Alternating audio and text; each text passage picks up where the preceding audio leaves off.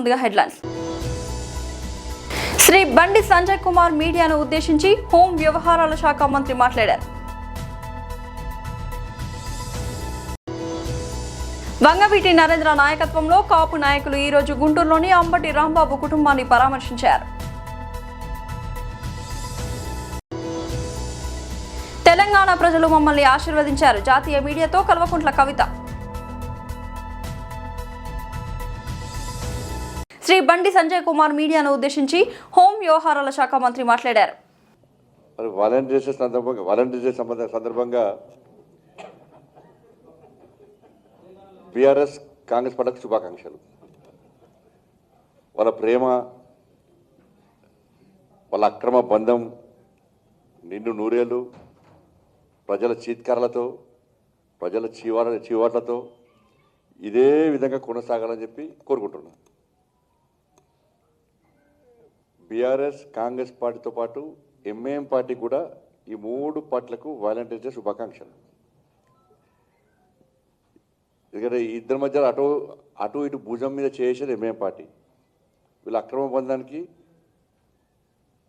MIM party వెనక భుజం, అది నేను చెప్పిన ఎంఐఎం పార్టీ కాంగ్రెస్తో సంసారం చేస్తుంది, బీఆర్ఎస్ పార్టీ కన్ను కొడుతున్నది ఎంఐఎం పార్టీ.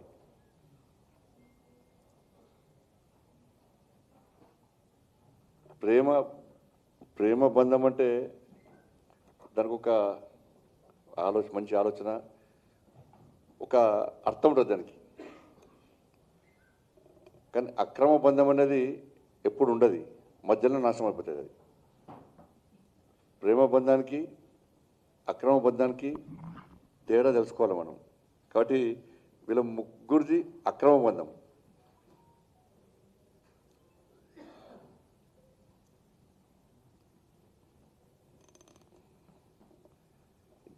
రేవంత్ రెడ్డి గారు అన్నారు చాలా మరి ఫెవికాల్ బంధం అని.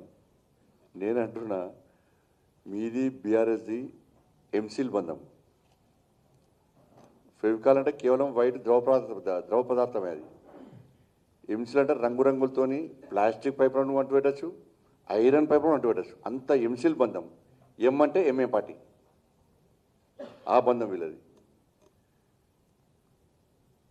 వీళ్ళ బంధానికి బీఆర్ఎస్ పార్టీ కాంగ్రెస్ పార్టీ బంధానికి అనుసంధానమే ఎంఏ పార్టీ. ఎందుకు చెప్తున్నా అంటే కరీంనగర్లో ప్రజలందరి ఆశీర్వాదంతో, నరేంద్ర మోడీ గారి యొక్క ఆశీర్వాదంతో,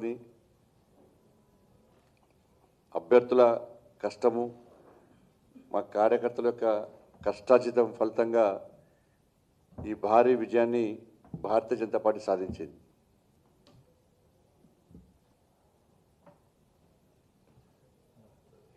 ఈ సందర్భంగా మమ్మల్ని ఆశీర్వదించినటువంటి కరీంనగర్ కార్పొరేషన్ ప్రజలకు, ప్రత్యక్షంగా పరోక్షంగా సహకరించినటువంటి అందరికి కూడా హృదయపూర్వక ధన్యవాదాలు తెలియజేస్తూ, కష్టపడి పనిచేసిన కార్యకర్తలకు, గెలిచిన అభ్యర్థులందరూ కూడా మరొక్కసారి హృదయపూర్వక శుభాకాంక్షలు తెలియజేస్తా ఉన్నాను, అభినందన తెలియజేస్తా ఉన్నాను.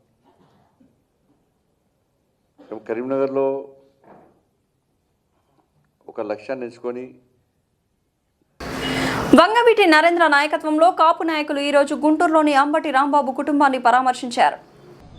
ఆంధ్ర రాష్ట్రంలోనే కాదు దేశం మొత్తం మీద 100 కోట్ల పైన జనాభా నివ్వెరపోయేటువంటి ఒక అబద్ధాన్ని గత కొన్ని నెలలుగా ఈ ఆంధ్ర రాష్ట్రంలో కూటమి ప్రభుత్వం చేస్తున్నటువంటి దుష్ప్రచారం, దానికి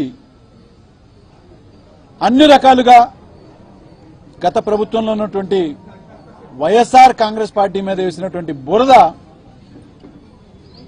ఆ బురద చల్లినటువంటి దాన్ని పూర్తిగా క్లారిటీ ఇచ్చే విధంగా సిట్ తన రిపోర్ట్ ఇచ్చింది. ఇది డైరెక్ట్ గా సిట్ రిపోర్ట్ ఇవ్వలేదండి. ఎందుకంటే సిట్ ఎప్పుడూ కూడా ప్రభుత్వం యొక్క కనుసన్నల్లోనే ఉంటది కాబట్టి దానిలో గత ప్రభుత్వం వాళ్ళు సిబిఐ వాళ్ళ దర్యాప్తును కూడా దానికి జత చేర్చి ఆ యొక్క రిపోర్ట్ని క్లారిటీ ఇవ్వడం జరిగింది. అంత స్పష్టంగా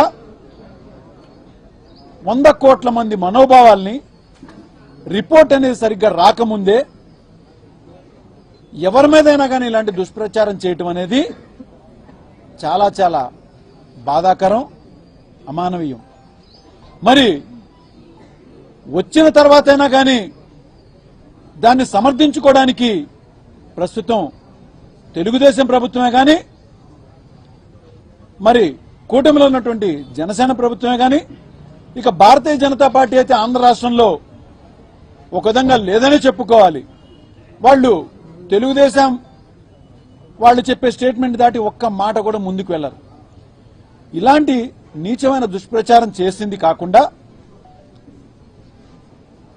మీకు రాజకీయాలుగా ఏ లబ్ధి కావాలన్నా మిగతా విషయాలు తీసుకోవాలి కానీ ఇంతమంది మనోభావాలు, ఇన్ని కోట్ల మంది మనోభావాలను తీసుకుని మీరు ఇబ్బందులు పెడుతూ అతి ముఖ్యంగా రిపోర్ట్ వచ్చిన తర్వాత కూడల్లో మీ సొంత రిపోర్ట్లు సిబిఐ ఇచ్చిన రిపోర్ట్ని కాదని సిబిఎన్ రిపోర్ట్ని ఫాలో అవుతున్నారు. అంటే చంద్రబాబు నాయుడు గారు ఇచ్చిన రిపోర్ట్.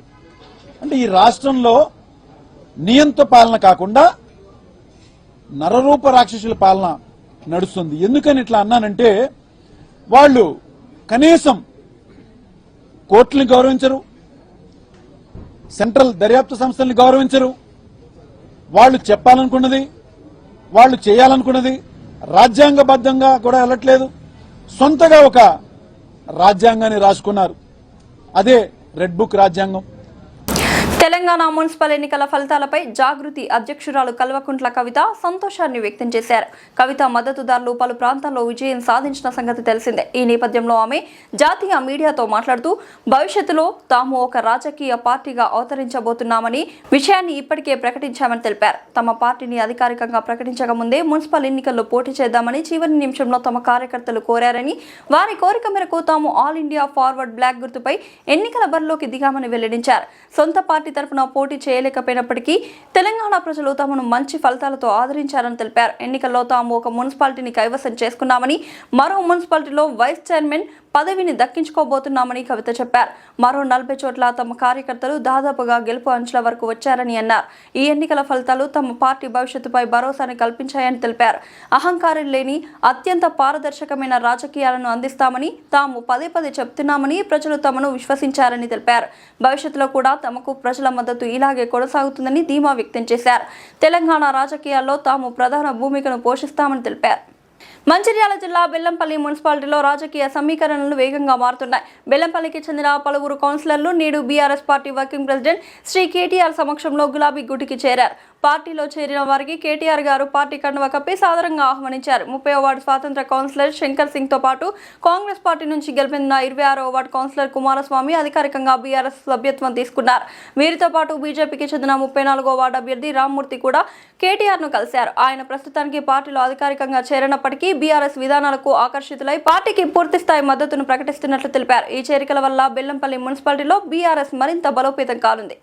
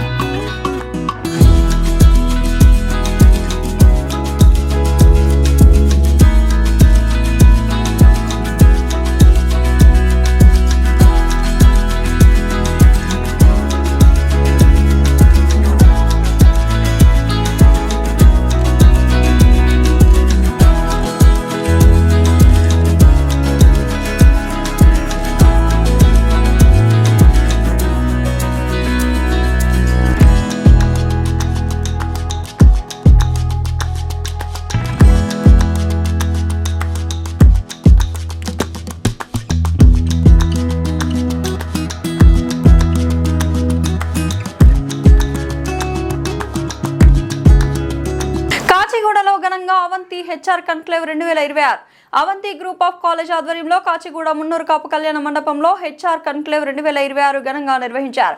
పరిశ్రమలు, విద్యా సంస్థల మధ్య వారధిగా నిలిచిన ఈ వేదికలో ప్రముఖ కంపెనీల హెచ్ఆర్ ప్రతినిధులు, నిపుణులు, విద్యావేత్తలు పాల్గొన్నారు. ముఖ్య అతిథిగా Telangana state council of higher education chairman V Balakrishna Reddy హాజరై విద్యార్థులు పరిశ్రమ అవసరాలకు అనుగుణంగా నైపుణ్యాలు పెంపొందించుకోవాలని పిలుపునిచ్చారు. ఇటీవల ప్లేస్మెంట్ పొందిన విద్యార్థులు తమ అనుభవాలు పంచుకోగా నిపుణులు కమ్యూనికేషన్, టెక్నికల్ స్కిల్స్, వ్యక్తిత్వ వికాసంపై కీలక మార్గదర్శకం చేశారు. ప్రిన్సిపల్ అప్పారావు వార్షిక నివేదిక సమర్పించగా ప్లేస్మెంట్స్ విభాగం ప్రతినిధులు గణనీయ నియామకాల నుంచి వెల్లడించారు. సంస్థల అధిపతి శ్రీనివాసరావు హెచ్ఆర్ కన్క్లేవ్ ప్రాముఖ్యతను వివరించారు. విద్యార్థులకు ఉపాధి దిశగా దారి చూపిన శక్తివంతమైన వేదికగా ఈ కన్క్లేవ్ నిలిచింది. ఈ అవంతి గ్రూప్ ఆఫ్ కాలేజెస్ ఒక 9 మంది విద్యార్థులతో స్టార్ట్ అయ్యి ఈ రోజున ఈరోజు 2 రాష్ట్రాల్లో సుమారు ఒక 20,000 మందితోటి విద్యార్థులతోటి నడిపించడం చాలా సంతోషంగా ఉంది. మరి ఈ 34 సంవత్సరాల్లో ఒక 5 లక్షల మంది విద్యార్థులకి చదువు చెప్పే అవకాశాన్ని భగవంతుడు నాకు కల్పించాడు. మరి దీన్ని సహకరించిన తల్లిదండ్రులకి, విద్యార్థులకి, మరి సార్ లాంటి ప్రొఫెసర్స్కి, మరి ముఖ్యంగా అధ్యాపక బృందానికి, మా టీం, అవంతి టీం అందరికీ నేను ధన్యవాదాలు తెలియజేసుకుంటూ రాబోయే రోజుల్లో ఈ అవంతి కళాశాలని ఒక యూనివర్సిటీ స్థాయికి తీసుకెళ్తారని నా వంతు కృషి చేస్తానని తెలియజేసుకుంటూ, అలాగే ముఖ్యంగా నా పర్పస్ ఏంటంటే అఫ్కోర్స్ ఎడ్యుకేషన్ ప్రైవేటైజ్ అయినా కూడా గ్లోబలైజేషన్, లిబరలైజేషన్, ప్రైవేటైజేషన్ వల్ల అప్పటి ప్రధానమంత్రి పివి నరసింహరావు గారి చొరవతోటి, అప్పటి ముఖ్యమంత్రి చంద్రబాబు నాయుడు గారి చొరవతోటి ఎక్కువ ప్రైవేట్ కాలేజెస్ అప్పుడు కంబైన్డ్ స్టేట్లో ఇవ్వడం జరిగింది. తర్వాత రాజశేఖర్ గారు ఫీజు రింబర్స్మెంట్ పెట్టడం, దానితో ఎక్కువ మంది, లక్షలాది మంది విద్యార్థులు, ఈ ముగ్గురు పివి నరసింహరావు గారు, చంద్రబాబు నాయుడు గారు, రాజశేఖర్ గారి వల్ల 2 రాష్ట్రాల్లో తెలుగు విద్యార్థులు మన లక్షల మంది చదువుకుని దేశ విదేశాల్లో ఐటీ రంగంలో స్థిరపడ్డారు. సో ఇప్పుడు మనకు ముందున్నటువంటి ఛాలెంజెస్ ఏంటంటే, ఒకటేమో మోడీ గారు వికసిత్ భారత్ తోటి పెట్టి ఈ 10 సంవత్సరాల నుంచి 11 సంవత్సరాల నుంచి మరి ఎంప్లాయబిలిటీ స్కిల్స్ ఇంప్రూవ్ చేయాలి అని కేంద్ర ప్రభుత్వం, పక్కనేమో రాష్ట్ర ప్రభుత్వాలు, ఈ 2 కూడా మరి చాలా కృషి చేస్తున్నాయి. ప్రభుత్వంతో పాటు మేము కూడా ఈ ప్రైవేట్ ఇండస్ట్రీస్ని తీసుకొచ్చి ఆ ఇండస్ట్రీ ఎగ్జాక్ట్గా ఏం ఎక్స్పెక్ట్ చేస్తుంది పిల్లల దగ్గర నుంచి, డిగ్రీ పిల్లలు కానీ, బీటెక్ పిల్లలు కానీ, ఎంసీఎంబీఏ వాళ్ళు కానీ, దానికి ఎలాంటి తర్ఫీదు ఇవ్వాలి యూనివర్సిటీ చదువుతో పాటు అనేది మేము ఎవ్రీ ఇయర్ చేయడం జరుగుతుంది. సో దానివల్ల రిజల్ట్ ఆల్వేస్ 80% అబవ్ ఉంటాం, ప్లేస్మెంట్స్ కూడా అబవ్ 80% ఉంటాం. చాలా సంతోషం. ఎందుకంటే ఈరోజు మనం చూస్తున్నాం ఉద్యోగం అనేది ప్రతి ఒక్కరికి కావాలి. కాబట్టి ఆ ఎంప్లాయబిలిటీ స్కిల్స్ ఇంప్రూవ్ చేయడానికి, పిల్లల్లోకి అవేర్నెస్ పెంచడానికి మరి ఈ ఫుల్ డే వర్క్షాప్ ఇవాళ టాప్ కంపెనీస్ అన్ని, ఇన్ఫోసిస్ కానీ, టెక్ మహేంద్ర, విప్రో, మరి హెచ్డిఎఫ్సి బ్యాంకు, టీసీఎస్ అన్ని కంపెనీల నుంచి కూడా ప్రతినిధులు ఈ రోజున రావడం జరిగింది. సో వారి యొక్క అనుభవాలను చెప్తూ ఈ రోజున ప్రస్తుతం ఇండస్ట్రీ ఎక్స్పెక్ట్ చేస్తుంది, రాబోయే 5 yearsలో చేంజెస్ ఏమి ఉంటాయి, దానికి అనుగుణంగా వీళ్ళు ఎలాగా ట్రైన్ అవ్వాలి. ఆ ట్రైన్ అవ్వాలంటే ఫ్యాకల్టీకి అవేర్నెస్ ఉండాలి, ప్రిన్సిపల్స్కి ఉండాలి, స్టూడెంట్స్కి ఉండాలి. సో ఈ రకంగా వాళ్ళని తర్ఫీదిస్తే తప్పనిసరిగా ఎక్కువ మందికి ఉద్యోగ ఉపాధి అవకాశాలు కల్పించాలి. ఏదో మనం చూసాం, ఒక రాష్ట్రమే ఫామ్ అయింది నీళ్లు, నియామకాలు, నదుల కోసం.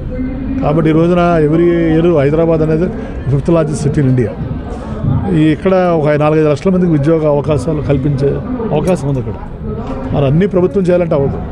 సో ప్రైవేటు సంస్థలు కూడా దీనిలో భాగస్వామ్యం అభివృద్ధిలో తప్పనిసరిగా ఎక్కువ మందికి మన అవంతి కళాశాల నుంచి వెళ్ళే విద్యార్థులందరికీ మ్యాక్సిమం ఎంప్లాయ్మెంట్ కల్పించాలనే దిశగా ఎలాంటి లాభాపేక్ష లేకుండా దీన్ని చేయడం జరుగుతుంది. దానికి మా పెద్దలు బాలకృష్ణారెడ్డి గారు ఆల్మోస్ట్ 1.5 years సార్ వచ్చిన దగ్గర నుంచి, సో వారి లీడర్షిప్లో తెలంగాణ స్టేట్లో మరి వారు ఏ కార్యక్రమం పెట్టినా పిల్లల్ని రావడం, బ్లెస్ చేయడం. వాళ్ళు ఎందుకంటే నల్సార్ యూనివర్సిటీ ప్రొఫెసర్ ఆయన, very noble professor, very down person ఆయన. Is highly committed for the development of the state of Telangana and higher education Telangana. Thank you very much sir Balakrishnareddy garu. Under our leadership, under our CM sir leadership, definitely we will rise to your expectations. డెఫినెట్గా మా తరపున కూడా మేము ఏం చేయాలో చేసి ఎక్కువ మంది విద్యార్థులకి ఉపాధి కల్పించడానికి తప్పనిసరిగా కృషి చేస్తాం. దానికి కూడా మాకు సహకరిస్తున్నటువంటి మీడియా మిత్రులకు కూడా ధన్యవాదాలు తెలియజేసుకుంటూ సెలవు తీసుకుంటాం. సో సార్ గుడ్ ఆఫ్టర్నూన్ అండి అందరికీ. ఈరోజు నేను ఈ యొక్క అవంతి గ్రూప్ ఆఫ్ ఇన్స్టిట్యూషన్స్ వాళ్ళు ఈ యొక్క హెచ్ఆర్ కాంక్లేవ్ అని చెప్పి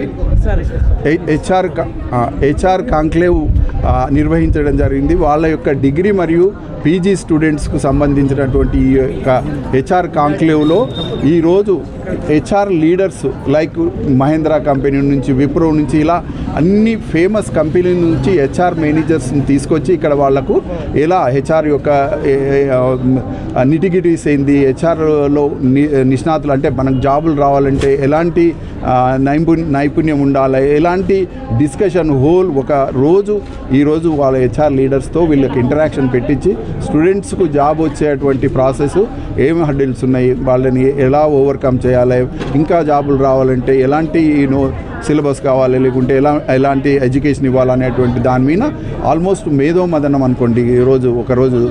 కాబట్టి ఈ యొక్క Avanti group of institutions particularly chairman గారు శ్రీనివాస్ గారికి మరొకసారి ఇలాంటి ఇనిషియేటివ్స్ తీసుకొని పిల్లలకు మంచి ప్లేస్మెంట్. ఈరోజు మీకు అందరికీ తెలుసు జాబ్ అనేది ఒక ముఖ్యం, జాబులు రావట్లేదు అనేది ఒకటి ఉన్నది. కాబట్టి అట్లాంటిది తొలగించడం కొరకు వీలైనంత వరకు ఎక్కువ మందికి జాబ్ తీసుకురావాలనేటువంటి ఆయన ప్రయత్నంలో ఇలాంటి హెచ్ఆర్ కాంక్లేవ్స్ లాస్ట్ టైం చేశాడు, ఈసారి కూడా చేసి ఇంకా చేయాలని, వీలైనంత వరకు స్టూడెంట్స్కు చక్కని జాబ్స్ వచ్చేటువంటి ప్రయత్నం చేయాలని కూడా వాళ్ళని మళ్ళీ ఒకసారి నేను అడగడం జరుగుతుంది.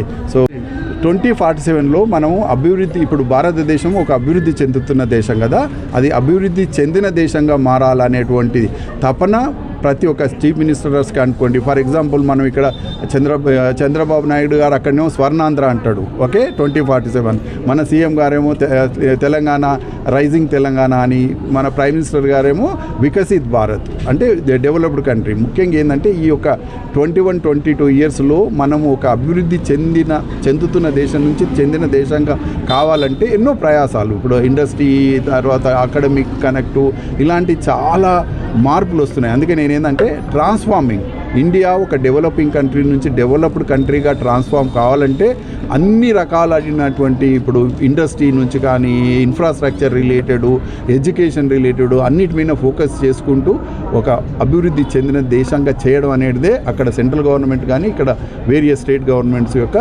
వాళ్ళ యొక్క లక్ష్యం. ముఖ్యంగా ఇప్పుడు ఏంటంటే ఈ next 4-5 years or next 10 years AI చాలా ఇన్ఫ్లుయెన్స్ ఉంది. నేను ఇంతకుముందు చెప్పాను కదా, టెక్నాలజీలు అన్నీ మారుతున్నాయి.